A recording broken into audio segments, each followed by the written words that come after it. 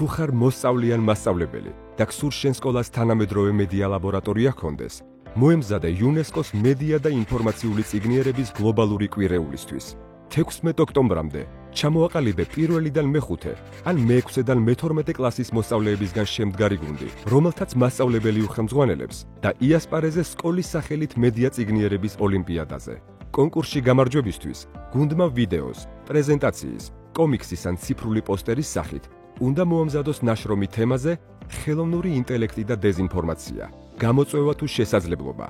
ყველაზე ინფორმაციული და შემოქმედებითი ნამუშევრის მქონე ორ სკოლას კომუნიკაციების კომისია მაღალტექნოლოგიური პრიზებით დააჯილდოვებს და თანამედროვე მედია ლაბორატორიას მოუწყობს.